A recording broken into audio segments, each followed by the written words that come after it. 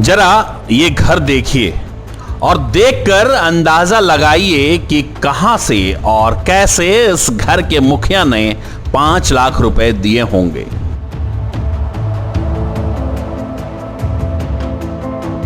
निश्चित तौर पर इसका जवाब होगा या तो जमीन बेचकर या खून बेचकर।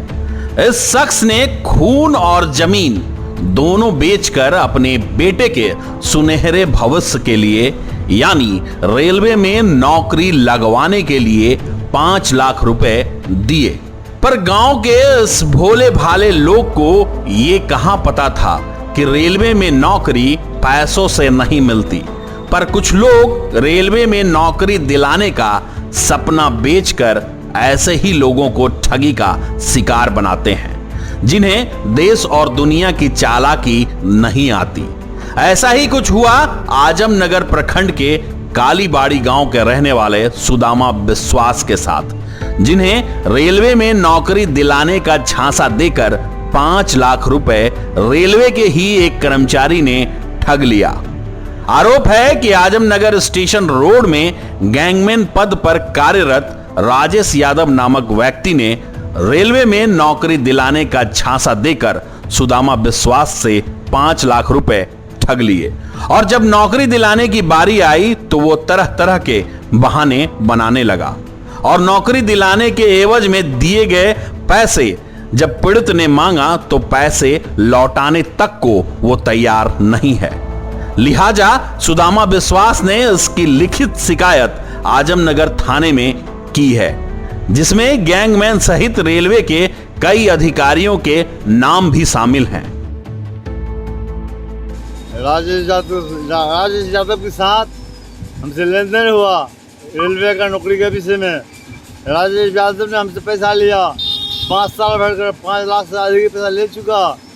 जब मोहम्मद आया कि नौकरी दिलाएंगे, नौकरी दिलाने का चीज़ा किया कि नौकरी दो, तो नौकरी से भी हमको ठोकर मार कर हटा रहा है और पैसा से भी हमको इनकार कर रहा है। क्या चीज़ का नौकरी देता? रेल का नौकरी देता, रेल का गैंगमैन का। राजेश यादव ने पैसा लिया है नौकरी दिलाने का नाम से, 5 साल से रुपया लेता है। अभी जब नौकरी का भाई आया वो नौकरी देता है ना, हमको पैसा घुमा के देता है। वो बोलता है हम किसी को नहीं जानते हैं। हाँ, मेरा पंचायत में एक सूचना मिला था सुदाम विश्वास के नाम से। कोई रेलवे कर्मी में 5 से 7 लाख टका दिया गया था नौकरी के नाम पे, मगर हमको सूचना जो मिला कि सुदाम विश्वास ने बताया कि हाँ हम 5 से 7 लाख टका दिए हैं, मगर वो आदमी हमसे इनकार कर रहा है कि हमको पैसा नहीं दिया है।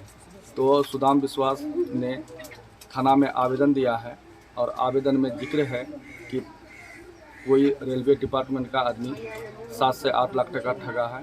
मैं रेलवे डिपार्टमेंट से आग्रह करता हूं कि इसके स्थलीय जांच किया जाए और जांच में पारदर्शिता के तहत उसका इंसाफ होना चाहिए।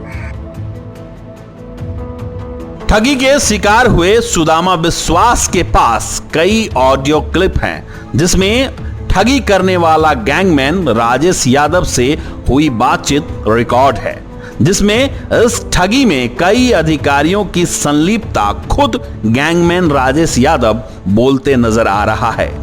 इस ऑडियो में बारसोई रेलवे कार्यालय में कार्यरत senior section engineer Pradeep Kumar Mohali, Ranjan Kumar Harishankar सहित इंजीनियरिंग डिपार्टमेंट के डिविजनल हेड की पत्नी तक को पैसे पहुंचाने जाने तक का जिक्र है। हालांकि बारसोई रेलवे कार्यालय में कार्यरत senior section engineer Pradeep Kumar Mohali से जब हमने फोन पर उनका पक्ष जानना चाहा तो उन्होंने कहा कि इस मामले से उनका कोई लेना देना नहीं है। पुलिस इस मामले की जांच करे और इस गिरोह में शामिल वैसे सभी लोगों को चिन्हित कर कार्रवाई करे, ये उनकी भी मांग है। अब सवाल ये उठता है कि क्या कटिहार रेलवे में नौकरियां पैसे पर फिक्स्ड होती हैं और क्या छोटे अधिकारियों को छोड़ डिविजनल रैंक के सभी अधिकारियों की बीवियां इन नौकरियों को फिक्स करने का काम करती हैं?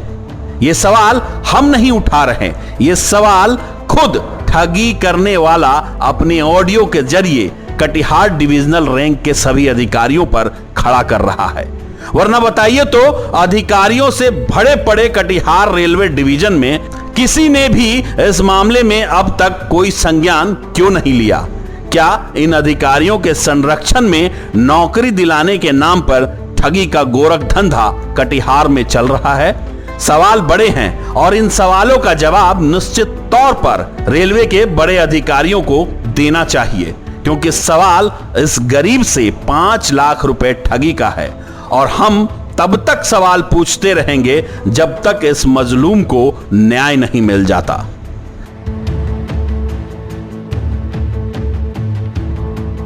जयप्रकाश भगत, टाइम्स न्यूज, आजमनगर।